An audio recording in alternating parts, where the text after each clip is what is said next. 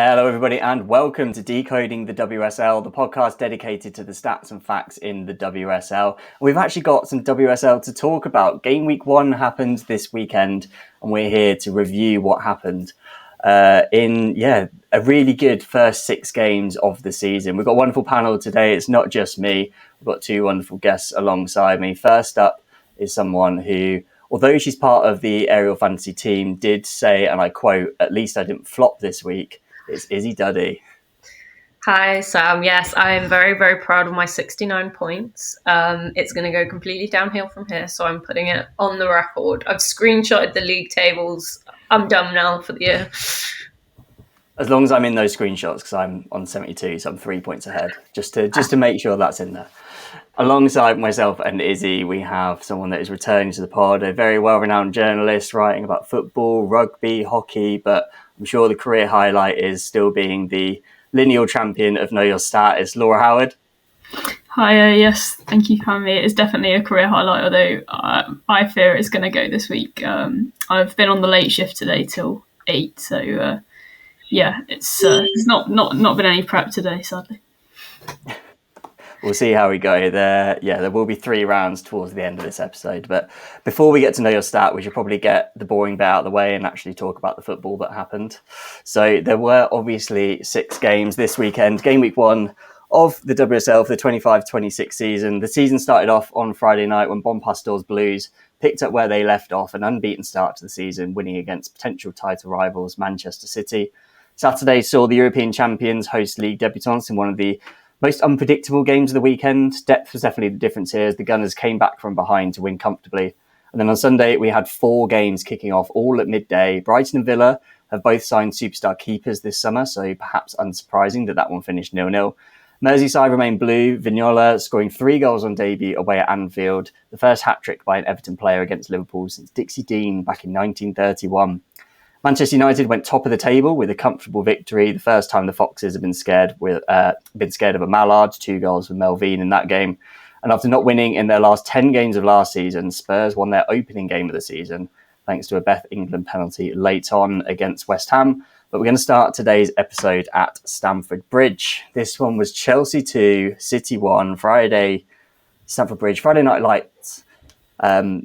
We had, one of our regulars was actually at this game, Tom Marr. So before we get into the game, let's have a listen to what Tom had to say after the game on Friday. We are back. Hello, Decoding the WSL fans. So the WSL is back. Chelsea 2, Manchester City 1. It's like we never left, right? Well, yeah, I'm coming to you from Stamford Bridge here. I've just heard from both managers, Sonia Bonpastor and Andre Jurglitz, after the opening game of the season. And yeah, it was a very, very interesting match. Obviously, before kickoff, Chelsea unveiled their new signing, Alyssa Thompson. And alongside that, kind of helping to build up the atmosphere, they paraded the Euro 2025 winning Lionesses from either side in front of the crowd. So that was very exciting for the crowd in attendance. City started Jade Rose and Sydney Lohman, 2 of their new signings, and also Lily Murphy and Gracie Pryor, youngsters who'd impressed in pre-season. Obviously, we saw a lot of them last season too. As far as Chelsea, they of course started with Ellie Carpenter as was the only new signing to start for them. And what might feel like a new signing is Sam Kerr was fit enough to make the bench for the first time in almost 20 months. She didn't come on, Sam Kerr. We heard from Sonia Bonpastor after the game to say that she was fit enough to come on, but with the game say essentially decided not to make that decision. Obviously, the game was a very interesting tactical battle. I think Chelsea had the better of it in the first half. They, after an early spell from City, where Shaw had a really good chance and it was well saved by Hampton, and Hampton really had a great game. She foiled Shaw at every turn tonight. So Chelsea were really good. And Carpenter especially was absolutely fantastic. She was giving Alex Greenwood all kinds of issues. it's her run after a beautifully orchestrated move from Chelsea. I really encourage anyone to go and have a look at the full move, because it starts off at the back, they play it across to the left-hand side of the pitch, then over to the right-hand side. It's really beautifully worked. And then Carpenter swings it in, and Agibiva Jones scores. Chelsea probably should have had a penalty just before that, when Baltimore's shot was blocked by Gracie Pryor's arm. And it was a magnificent save from Yamashita. And then Chelsea in the second half would double their lead again. VK Captain getting in behind Alex Greenwood, who defensively was having a poor game, as opposed to offensively she was doing quite well, especially her set pieces. She hit the crossbar with a free kick in the first half and swung a free kick into the box as well, for their the goal they pulled back for 2-1. But for the Chelsea's second goal, it was brilliant running from VK Captain, who completely outpaced and outmuscled Alex Greenwood, cut the ball back to the back post, and Micah Hamano, who'd been bright throughout, did the necessary at the back post. So yeah, that was the game. Chelsea getting off to a winning start. I think City improved in the second half, but they lost a couple of players. Alex Greenwood came off through injury, as did Lily Murphy. Lily Murphy's looks like a suspected broken arm, which really was very sad to see her in so much pain. And Alex Greenwood, not 100% sure. Andre Eglitz couldn't really give us a huge amount of detail on that front right after the game. Chelsea had injury problems of their own. Erin Cuthbert came off, and Sonia Bonpastor confirmed that it was a knock. So hopefully she'll be back for Aston Villa next weekend. But obviously Chelsea, they've done it again. 2-1 on the first day of the season at Stamford Bridge. And yeah, you wouldn't bet against them lifting the title again in May. So that is what Tom had to say about the game on Friday night. And it was, I thought, a game that was really, really interesting in how the two sides went about it. City had more XG in this game. They had more shots on target, but Chelsea were just that much more clinical. They actually had about 4 times as much expected goals on target. And yeah, Chelsea obviously running out 2-1 victors. Izzy, this is obviously a really big statement from Chelsea after going unbeaten last season, having probably one of their harder home games of the season straight away, and still coming out victorious.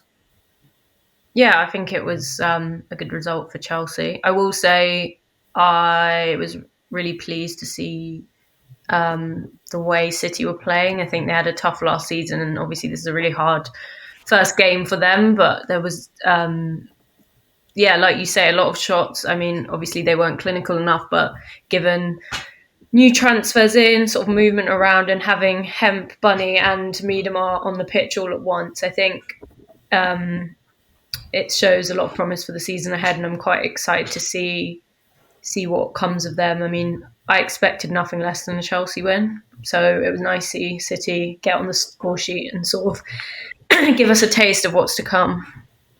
Yeah, as much as I'd like to have seen a draw or a City win from sort of, an Arsenal fan standpoint, I did predict Chelsea to win the game by 1 beforehand. So City will be good, still finding their feet under a new manager. It will be a 2-1 Chelsea victory with Shaw on the score sheet. So I wasn't too far off overall. Obviously, it was Niamh Charles' own goal, but if I'd have predicted that and got it right, you'd have been worried about how I knew that. I thought the player of the match was probably Ellie Carpenter. She obviously got one of the assists. She created the most expected assists of any Chelsea player in the game, had 77 touches, created 2 chances, which was the most of any Chelsea player, had the most defensive contributions in the game, including the most tackles and the second most interceptions for a Chelsea player. She won 10 duels, the second most of any player, including all of her aerial duels, and was not dribbled past once. Laura, obviously that is a fantastic first match for Ellie Carpenter, or competitive match anyway, for Chelsea. Do you think this is something that Lucy Bronze is really going to have to fight? We know how good Ellie Carpenter can be, but we also know how good Lucy Bronze is. Do you think that's going to be a real battle when they come back? Do you think Ellie Carpenter's actually taking that number 1 spot? I think potentially. I mean, obviously Chelsea are going to be fighting on so many fronts that there is going to be that rotation. And I think when you look at Sonia Bonpastor at previous clubs, she's been someone that kind of rotates those positions quite a lot. So I think that's clearly something that we might see when Bronze does come back. I think it's quite interesting because it's not also like you kind of. I think they're quite similar profile of players in some ways, in that they're both kind of fullbacks that like to get forward a lot, that like to attack. It's not like one is particularly more defensive, so that you might see like in certain games she's going to play one more than the other. They both kind of have a similar profile, I'd say. So yeah, it will be really interesting. Potentially Carpenter like a little bit more quick. And I think that's what was a real killer for City on Friday night, just her pace and how much she got forward. But I also think that City, she had that side on lock, in the sense that I thought City's left side looked really weak. I know it's Alex Greenwood and I can really rate her, but she was really struggling against Carpenter, and I think outdone for pace like over and over again. And I don't think Carpenter had an awful lot to do defensively from that side. I was pretty underwhelmed by Manchester City actually, even though I don't know if I'm shocked, to be honest, that there was a greater XG for City in some ways, in the sense that I thought both teams looked a little bit off the pace, and I don't think City ever actually looked like scoring too often. I don't think they really threatened Chelsea. It just looked like Chelsea were kind of in cruise control and not really getting out of second gear because they weren't being challenged. So it will be really interesting to see how City develop, but they were underwhelming for me in that first game. But yeah, in terms of the Bronze Carpenter matchup, I think interesting to see how it develops. But I assume it would just be Bronze needs to be rotated more than she has been in the past, and that's only going to help. Yeah, I mean, Bronze is obviously the wrong side of 30, unfortunately, and as she gets older, will become the sort of position where she can't just bomb up and down like she always does for the next 10 years or something. She's going to need that rotation with Ellie Carpenter, who's, I think, 9 years her junior. I think it's interesting what you say about City as well, because I think they've got Brighton next. If I'm Brighton, I'm thinking that attacking down City's left, Brighton's right-hand side is probably going to be the way to go, because they really struggled with Ellie Carpenter pushing up. Yes, Ellie Carpenter is one of, if not the best right-back in the world, so it's not like Brighton are just going to be able to mimic that. But it was weird because City's winger and left-back, whoever that was at any point, were both playing very wide. So there were the players in those positions ready. But as soon as Chelsea sort of went to that back three and pushed Ellie Carpenter up, it really caused a lot of problems. I don't think the sort of 4-2-1-3 that City were playing really did them too many favours. But then it's Chelsea. It's Chelsea away is probably the hardest game City are going to play, at least in the league season this season. So, see what they can do next week, because it might be that they get a bit of an easier game at home to Brighton. We'll move on to Saturday's game. Izzy, I'll come to you on this one first. This was Arsenal 4, London City Lionesses 1. Obviously, you were at the game at the Emirates watching this. I'll go just a quick overview of what happened, just in case you've forgotten, Izzy. London City Lionesses obviously took the lead. Captain Asllani from the spot after being fouled by Katie Reid. It was actually London City Lionesses' first ever goal against Arsenal, the 6th time that these two teams have met. Arsenal took the lead for half-time, a Smith screamer equalising before a Chloe Kelly tap-in, basically. I would say as well, Chloe Kelly's tap-in, although Katie Reid gave away that penalty earlier, she actually won the ball back with a really high press to sort of get Arsenal possession and allow, I can't remember who it was that put the cross in, might have been Emily Fox for Chloe Kelly's goal. Anyway, it ended up 4-1 after Stina Blackstenius and Frida Marnham scored within a couple of minutes of each other in the second half, both assisted by Beth Mead. And yeah, Arsenal, I thought really run well. I didn't watch the game live. I saw the highlights after, but I thought it was a really confident display looking at the stats. London City Lionesses only accumulated 0.2 XG from open play in this game. It was basically the penalty and they didn't have much else. Was that how it felt in the stadium, Izzy? Yeah, I think so. I think the first sort of 10 minutes felt a bit more even. It felt like, Arsenal were in control, but that London City were in it. And obviously, once the penalty was conceded, I was a bit worried for a second there. But yeah, I actually nearly fainted when Liv Smith scored. So I stood up so quickly and screamed. I like my knees literally. It was that much of a screamer. I had to go buy a hot dog and some water really quick. Don't know if that's anything to do with the new alcohol trial in the stands, but it was a very, very hot day. But yeah, once that went in, I think the game just changed, and I think that it was a packed stadium. I think it was 30,000 people, nice sunny day, and it was just banger after banger after that. I mean, it was a classic Stina Blackstenius sort of hurl herself at the ball and then it just goes in.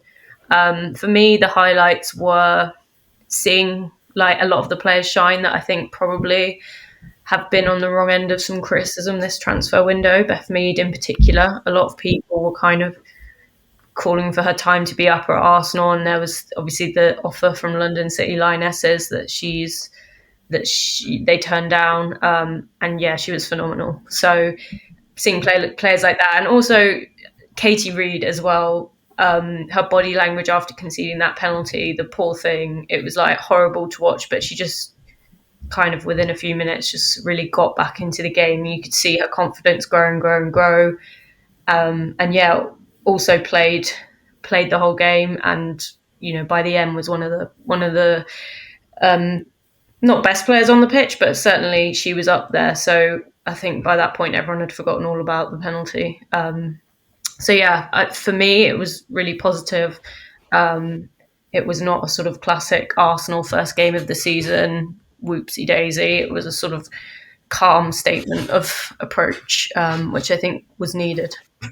Yeah, you mentioned Katie Reid in there as well. I want to get your thoughts on her starting this game, because I very nearly put Lotte Wubben-Moy in my fantasy team because she'd started, I think, the last 3 friendlies at least, alongside Steph Catley at centre-back. Leah Williamson's still out. Those two are both still fit, so it just made sense that, they'd go in. Well, thankfully I didn't anyway because it wasn't a clean sheet, but I was, considering putting Wubben-Moy in, but obviously Katie Reid ended up starting almost out of nowhere. What were your thoughts on that? Do you know what? The weird thing is I didn't really give it a second thought. It kind of took me a while to realise that Wubben-Moy wasn't there. And I hate to say that because I really love Lotte and I really love what she brings. I think she's been out and sort of in and out of the team for quite a while now. And when she has played, because she hasn't had the consistency, there have been mistakes. And I don't know, maybe I just like wholeheartedly trust Renee now after winning the Champions League. But I think, if she says she trusts Katie Reid, I don't see a reason not to. I mean, also, yes, she conceded a penalty, but like, it's football, it happens. And the thing is she'll have grown through the Arsenal Academy with the attitude of how to kind of make up for that and kind of come back from that. And you need those kind of experiences when you're playing this level of football. So for me, this was probably quite a good match for her to actually play, because she was sort of able to have that sort of full match experience despite the shaky start. Yeah, and then she can sort of feel her way into it as well. I think we were all youth prospects at one point, and we know what it's like to play in a team. So it's it's obviously really good for her to be able to get that experience. Laura, I wanted to ask you about Beth Mead. We touched on her a little bit there, but she came off the bench in that game today. She only played 14 minutes, but she still got 2 assists, created 1.2 expected assists, 2 successful dribbles, the joint most in the game actually, alongside Katie Reid, and 3 chances created, only 1 fewer than the most in the game. She only played 14 minutes, and to be honest, she was the only player from this game that actually featured in my team of the week. Where do you see Beth Mead in the Arsenal squad this season? Because it seems like she was almost on the way out. She's not getting many minutes at the end of this game. Do you think she's going to be an important factor? Do you think she's going to be playing second fiddle with Chloe Kelly? Where do you see her? Yeah, I think she is going to be super important, and I think that was exemplified in kind of what you just outlined with that game. And I think it's really interesting reading that interview she did with Susie Rack about her role at the Euros. And it's really hard to kind of say, oh, a player in that form or a player that's good shouldn't necessarily be starting. But I think it's really exciting. That's what one of the most I'm excited about for this season is the fact that we have 4 wingers, or Arsenal have 4 wingers to remain neutral, that can all make an impact throughout the game. And I think Caitlin Ford had a great game as well, coming on later on. And the fact that, kind of going back to Izzy, like, you can trust Renee to choose which player is going to best suit which game state and who starts against which team is kind of, I'd be very happy to see any of those 4 starting. In terms of Beth Mead's role, I can see her like being off the bench quite a lot this season, but actually that being a really impactful role, and her kind of really taking to that role. I think she spoke about having that role in the Euros of coming off and even playing some deeper roles in the midfield. And that's likely what you're going to start to see as players get older. She is 30 now, I think. So that raw pace that you might start with is maybe not going to be there, particularly after an ACL injury. But coming on against, more tired legs, she can still have that impact, and that can be really useful. So I think, it's really exciting that we have that rotational potential in the team now, and it's already kind of paying dividends in that match, because I think on another day, Caitlin Ford could have bagged an assist, bagged a couple. And yeah, she was running rings around Alana Kennedy. So you had that threat off both wings, and then you'd already had Olivia Smith score that worldie. Chloe Kelly had already got on the score sheet. Like, what a luxury to have that kind of depth in the squad. And can I also just add on Katie Reid? When I kind of saw that, I'd been at under-23s England game earlier in the year, and it kind of jogged my memory that Izzy Goodwin, if you're looking at what Renee Slaves is thinking about, Izzy Goodwin is probably the tallest player you're going to come up against in defence. Katie Reid is really tall. And I also thought what Katie Reid was really strong at was covering ground really quickly. And I don't think we necessarily are spoilt for choice in really fast-paced defenders, but Katie Reid maybe does bring that, and Izzy Goodwin is fast. So it was almost like that, how can we match up best? And also Katie Reid's going to have trained against Izzy Goodwin an awful lot with the under-23s. So I think it was really clever from Renee, and other than that penalty, it was a really good performance. Yeah, it'd be interesting to see if she sticks with Katie Reid or goes back to Lotta, or if it was just a one-off for this game, or if she gives Katie more pitch time given her performance. Because I think, other than giving away the penalty, which was a mistake, other than that, I thought she was actually really good in this game. From anything that I saw in the highlights anyway, and Izzy, it sounds like from you watching the game as well, it was a similar sort of outlook. There were obviously 4 games on Sunday, all kicking off at midday. We're going to sort of relatively briefly skim over 3 of them, because I think there's one that we probably want to talk about more than the others. Let's start with what I think even those that attended this game probably say wasn't the most exciting game of the day. Brighton 0, Villa 0. It's slightly different to what we saw in this fixture last season, a 4-2 with 2 red cards. Both teams with a lower expected goals on target than expected goals in this game, showing that they're both quite wasteful in front of goal, not getting their shots on target, stuff like that. One really interesting thing from this was that Aurora stuck with her keeper from last season, Sabrina D'Angelo. I kind of just assumed that Ellie Roebuck was signed to be starting in this, but for Villa this season, but no. But D'Angelo was unable to continue, so from the second half, Ellie Roebuck came on and obviously kept a clean sheet for the rest of the game, as did Ndozi, which was Brighton's new keeper this season. Lynn Wilms almost beat her, though, striking the bar with a free kick in the 86th minute. But other than that, it was, I don't know. It didn't seem from the highlights like a boring 0-0. It seemed like there were quite a lot of excitement in it. Brighton actually had the most shots of anyone this weekend, 18, but didn't get a single shot on target in the second half. So although Ellie Roebuck got her clean sheet, she didn't actually have to work very hard for it. I could have been in goal and it would still be a clean sheet, and that's saying something. Brighton have now only beaten Villa in 1 of their last 7 WSL meetings. And Laura, I think for both teams are probably looking to be in the top 6. And this isn't really the start that either team would have wanted, I guess. Yeah, no, I think momentum-wise, you kind of want to hit the ground running. And I guess especially from Brighton, with it being a home match, you maybe want to get that advantage early on if you're going to be there and thereabouts with a team like Villa. I can imagine they're both going to be pushing for that best of the rest spot, and getting points on the board early is obviously always useful. But you also look further down the season and maybe think, this fixture was always going to be tight whenever they played it. These are 2 teams that are vying for that. Who knows how the season will pan out? Might sound stupid later on, but Yeah, and I also do think it is exciting though that both these teams are able to put in defensive displays like they did, because I think you look at Brighton last season and they conceded a lot of goals, and that was maybe their downfall when they dropped off a little bit, and it was largely because their output at the front didn't kind of sustain itself. So the fact that they're able to put in this more defensive display and really exciting signings in defence and in goal, it will be interesting to see, can these teams frustrate the bigger sides a little bit more if these are the defensive displays they can put in. Yeah, I think Brighton especially, like you mentioned, it was really important for them this window to get in their defensive players in, because they lost so many. They lost Guru Bergsman, they lost Poppy Pattinson, they lost Loris Dottir, and a lot of players that played a lot of minutes in that backline last season and in kind of defensive midfield have gone. So the fact that they've replaced them and been able to keep a clean sheet against a team like Villa as well, Villa aren't a bad side, is really impressive for them. Let's move over to Manchester. Man United 4, Leicester 0.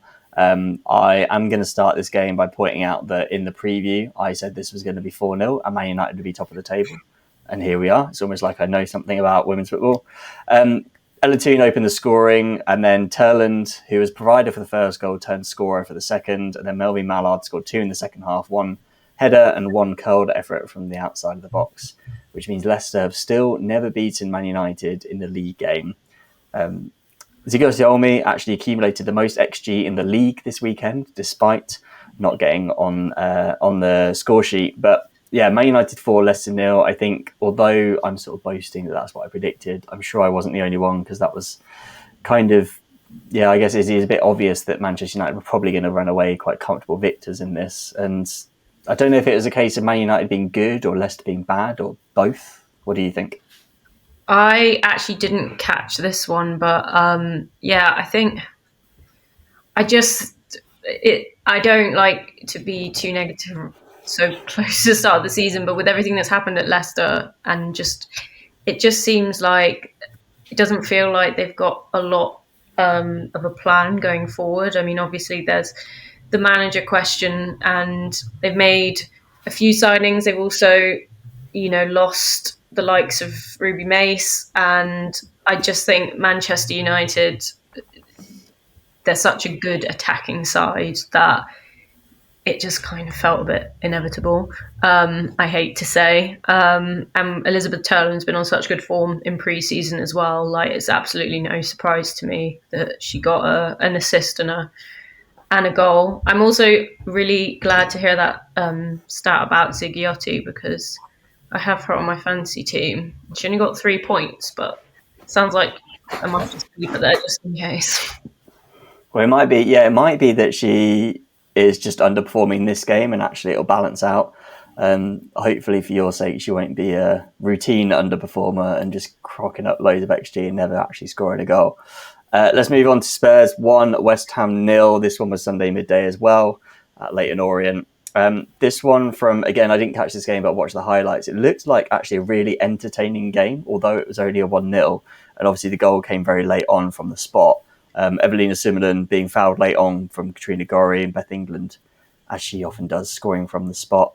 I, again, predicted Spurs to bounce back from a disappointing season by winning by 1 goal in this game. So I'm going to take that as a win, even if I did predict 2-1 in the first instance.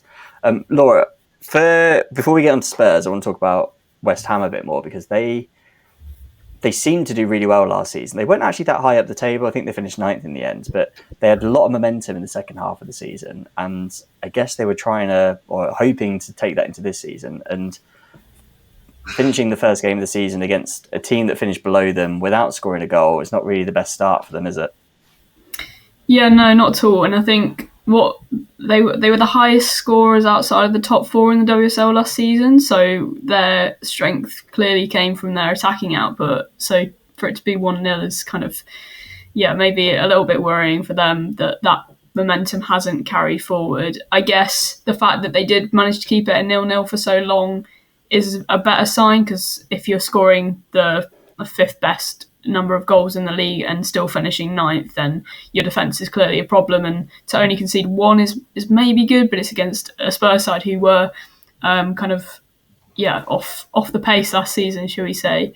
I think it's interesting, like, it's hard maybe in some ways for them because they're going up a side with like a complete unknown in some ways, in a new manager, Martin Ho. I think that's always a kind of thing that you might fear on the first day of just not having the data available from the way they play. Having been at the pre-season Arsenal versus Spurs match that was 4-3 to Tottenham, I was quite surprised that this was so low scoring, given kind of Tottenham came out in that game and just pressed really high. Looked like they might score quite a few and concede a few is kind of my take, given how that game went. The fact that, again, more defensive displays that we're seeing maybe in the WSL. So, yeah, I mean, again, I wasn't able to actually watch this game. I think it is a bit of concern from West Ham that they've not been able to maintain that momentum. And, you know, their strength, you'd maybe say, was in their attacking luxuries with Asai, Martinez, who were obviously on brilliant form last season. But then again, they do always seem to take ages to get up and running, and maybe that's just a case of that again. But it's not going to get them any better if they just keep repeating the same thing. Yeah. Sorry. I was just going to say, I was actually watching this game, and I think, well, firstly, West Ham should have won. It was a stupid penalty on Gory's fault. She was otherwise, I thought, pretty excellent. And it's worth noting as well, Shemik had to be subbed off in the second half. So she obviously sustained an injury. Megan Walsh had to come on, and she was actually, I thought, really impressive for someone who's obviously not got a lot of minutes. I mean, Shemik played literally every minute of last season. So it's not like they use their second keepers, third keepers a lot. I actually thought in the second half, West Ham completely dominated and they would have ended up scoring had it not been for the penalty conceded, and then, you know, and the game turned. But I think there were a lot of positives. I think Verena Hanshaw was excellent for West Ham, and I think Fionn Morgan came on in the second half and just injected so much pace down the wing. I think you guys are right, like Asai and Martinez were so disappointing. They had a few shots but just went nowhere. So there wasn't too much for the Spurs goalie to do.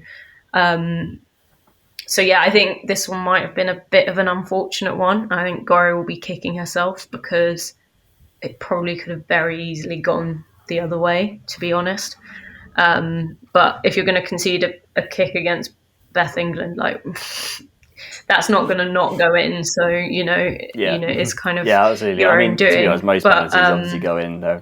I'm not 4 roughly, but I don't know if I'm secretly. I don't know the stats, but Beth England's penalty record must be better. Yeah, I don't imagine she's missed many. I don't know. I think Spurs look promising, but equally so did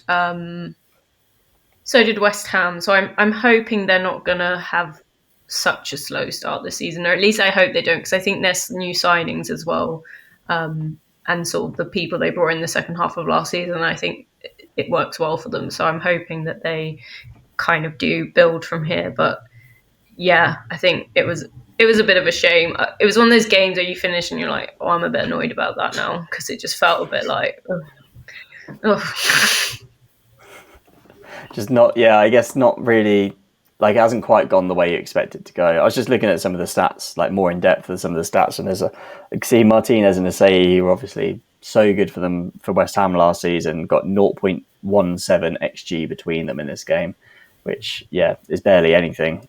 So perhaps unsurprising that they weren't really getting their shots away, I guess, albeit with, West Ham had 43% possession. They actually had more shots than Spurs overall, but a lot of them, by the look of it, were from distance, or I think they only had 2 from inside the 6-yard box, including their only shot on target. So hopefully for both teams' sake, it'll be better from next week.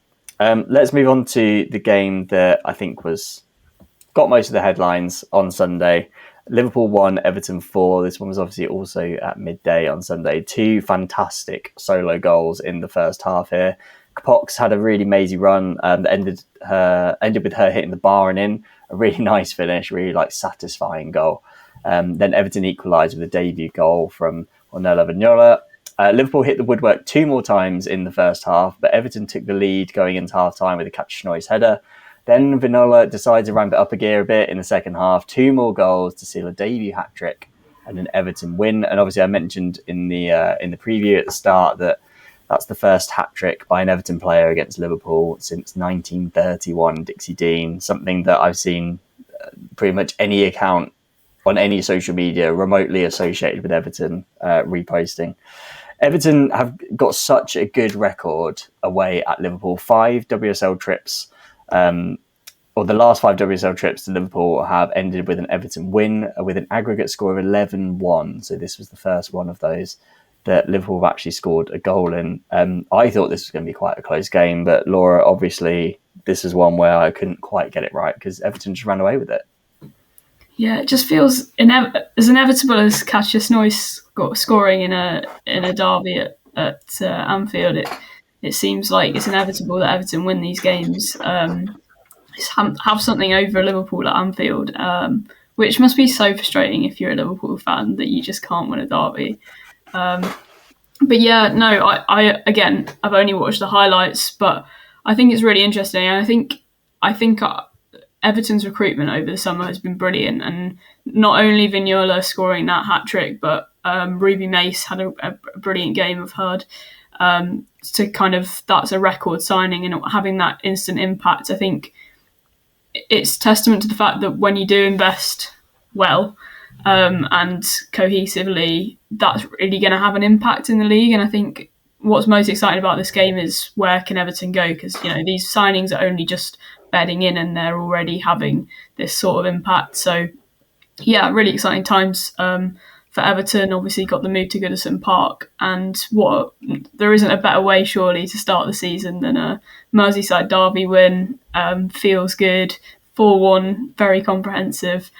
And I think I am really, really excited to see kind of where their season goes. I think I did expect an Everton win from this game.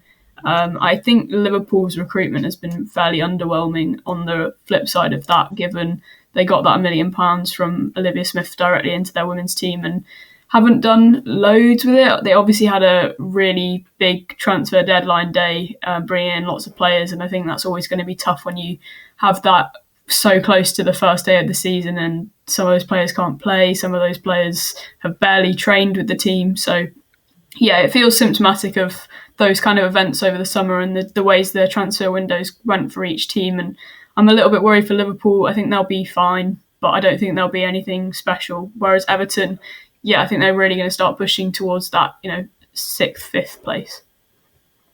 Yeah, I think Liverpool are very lucky that there's no automatic relegation spot this season. I think they're also very lucky that the upper management at Leicester don't seem to know what's going on, because otherwise I think they could be in real trouble this season. They actually had more possession in this game. They completed more passes than Everton. They got more XG, but Everton won it with expected goals on target, with more shots on target as well, 5 to Liverpool's 2.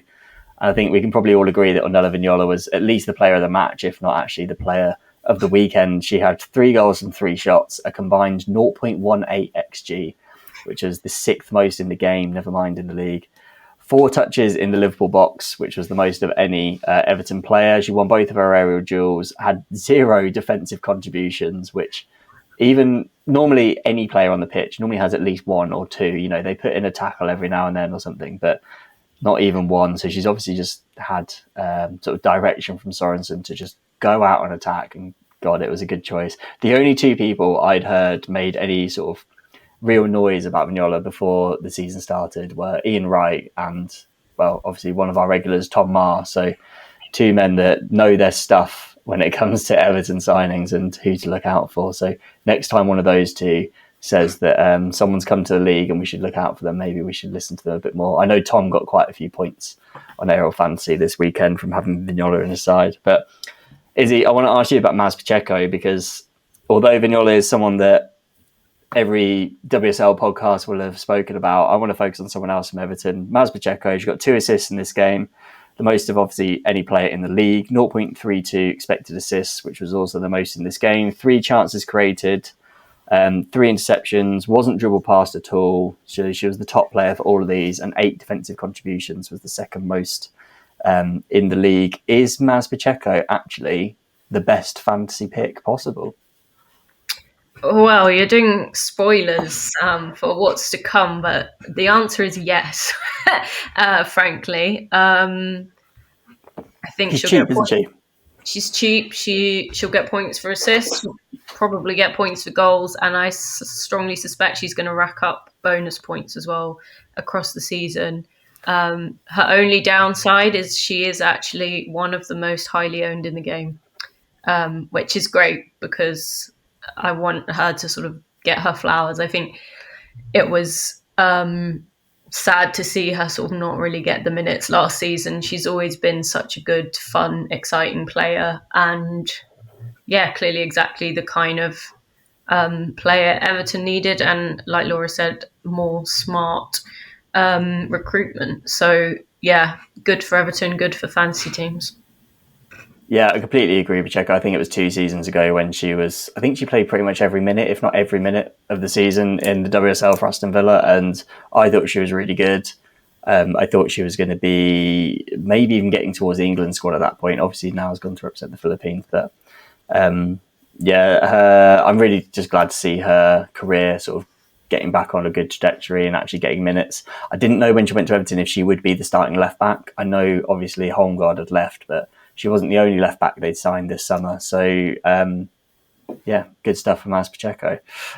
Before we move on to the next section, that is, well, let's just a little roundup. That is obviously the 6 games of the weekend. Manchester United are now top of the table with Leicester right at the bottom. We will have a preview show as well that's coming out. I assume Tuesday when you're listening to this, listener. It's Monday evening as we're recording.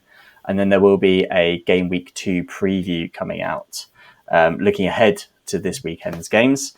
But before that, before we wrap up today, we've got 2 extra little bits to get onto. One of those is our sort of regular piece, which we'll be looking at in pretty much every episode this season, when we're doing 2 a week as well. It is Aerial Fantasy. So if you're not already in it, there is an Aerial Fantasy League for Decoding the WSL. Use the code Stats and Facts to join. There is a prize for whoever wins the Decoding the WSL League this year. It is either a shirt of your choice or 2 tickets to a WSL game of your choice. We currently have 2 leaders, which are Todd Gregory and Jay, with the team names Rodders Owls and Sister Slagers, which I do like Sister Slagers. That's a good one. They both got 89 points this weekend and are joint first in the league. Very well done to both of them. And they are, in prime position to be winning the main prize. And I got really excited because there was a bit I went on must have been probably while the games were still on Sunday. And I think the app had glitched and it said that I was second in the world. And I was like, oh my God. And then realised when I went back and actually viewed my team rather than looking at the league that I was not second in the world and I was nowhere near. But once the app had fixed this, once the app had sorted itself out later in the afternoon, once the matches were done, unfortunately, I was then brought back down to reality. But I was still doing all right. I think I'm in the top 1,000, which I'm pretty happy with because, Izzy, I'll hand over to you. Give us some stats. How many people were playing? How did it go this week?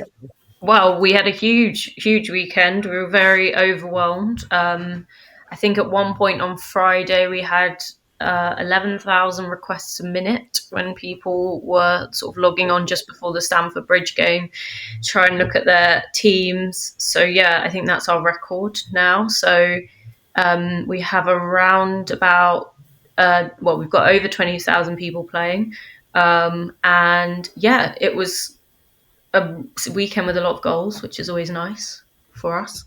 And as you said, everyone got double points at one point, which I'm sure everyone was thrilled about for all of the time it took for us to fix it. But yes, actually, I think it was Aston Villa that did us dirty and just randomly put a player on the team sheet that Opta, our stats provider, had never like heard of. So it basically broke the entire game, this one 18-year-old. And we had to like find out who it was as well, because you can't just like, you will like work out which player is not on the database. So it was full of fun, full of entertainment. But I think generally everyone got quite a lot of points. So that's always nice for an opening weekend.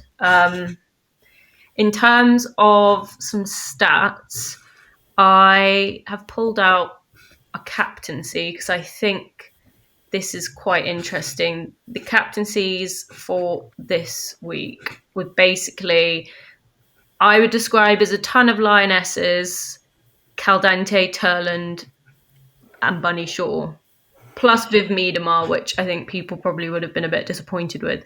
But I think they went heavy on Arsenal and United, rightly so, this weekend. So I think a lot of people will have got those double points for their captains as well. I know I certainly captained Turland, so I'm one of those people feeling smart about that. I think the best kind of indication of sort of this weekend I thought was really interesting is to look at the top 10 most selected players as opposed to this time last season, because, or not this time last season, but sort of last season's average. In some ways it's the same, in some ways it's completely different. And it's always a good indication of kind of how people feel about players, how reliable they see players, and sort of who they want on their team. So last season and this season, Hannah Hampton is top, undisputed, top most selected player.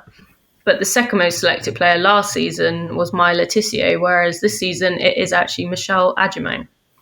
So I believe she's got about a 40% selection rate. So, that Euro summer has really carried over. I think people have a lot of hopes for her at Brighton. We'll see how that pans out. But example of some people who've fallen out of the top 10, Leah Williamson's gone, Millie Bright's gone, Lucy Bronze has gone, Grace Clinton has gone, Katrina Gorry has gone. And it's actually Ella Toon's back in the top 10, Alex Greenwood and Chloe Kelly. So how a Euros can change a fantasy game. I always like to look at the selections at the beginning of the season, because a lot of the time people vote with their sort of heart and put those people on their team. But I think people are starting to play a little bit more tactically now, which is always good to see. Maybe they're listening to the podcast and listening to our advice, who knows. But yeah, I mean, in terms of who are the top scorers, I think it's not one of those things where, there's like these rogue top scorers. It was pretty much who you'd think. It was Turland, it was Pacheco, it was Vignola. The one I will mention is Anna Patton, did really well. She got 9 points.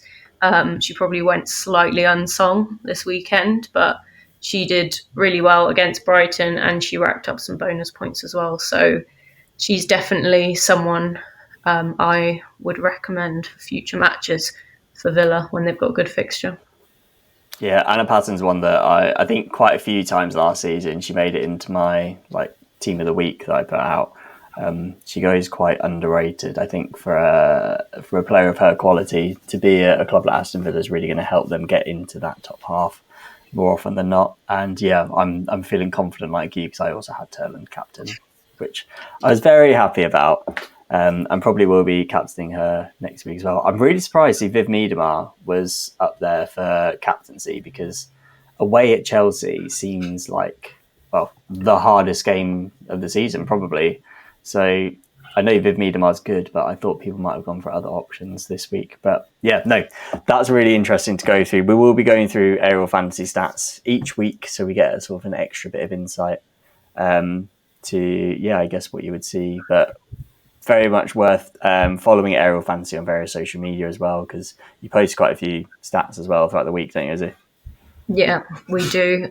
So yeah, we'll have loads of fun little facts. And there's a great load of people now, especially on X, doing loads of cool things with sort of our stats as well. So it's kind of great to see what they're up to as well. And I often get tips from them, to be honest.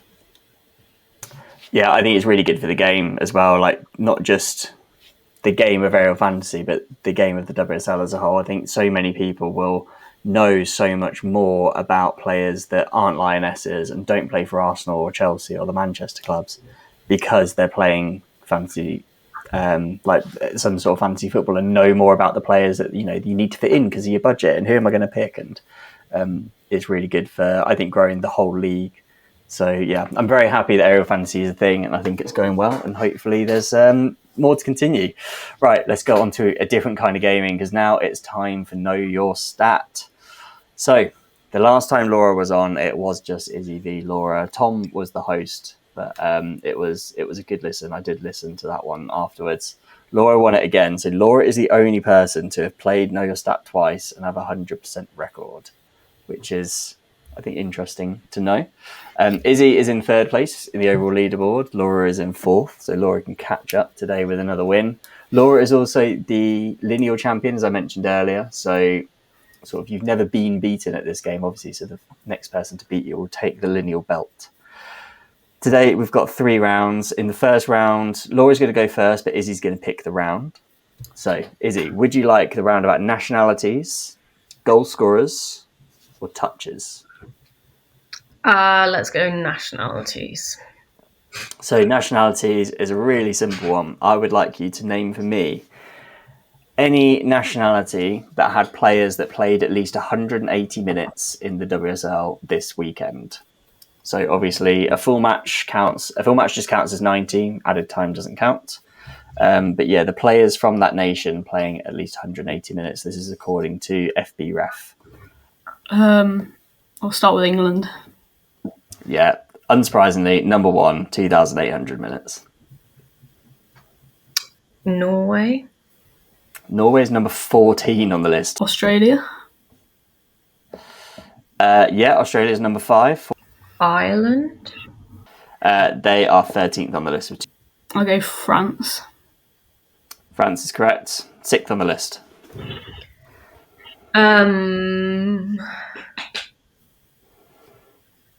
The Netherlands. Netherlands is 3rd on the list, correct. Spain. Yes, Spain is a correct answer. Izzy, you'll go. I'm trying to think of countries. I'm gonna go for So you can't take too long. Sweden. Yep, Sweden's correct. Back to Laura.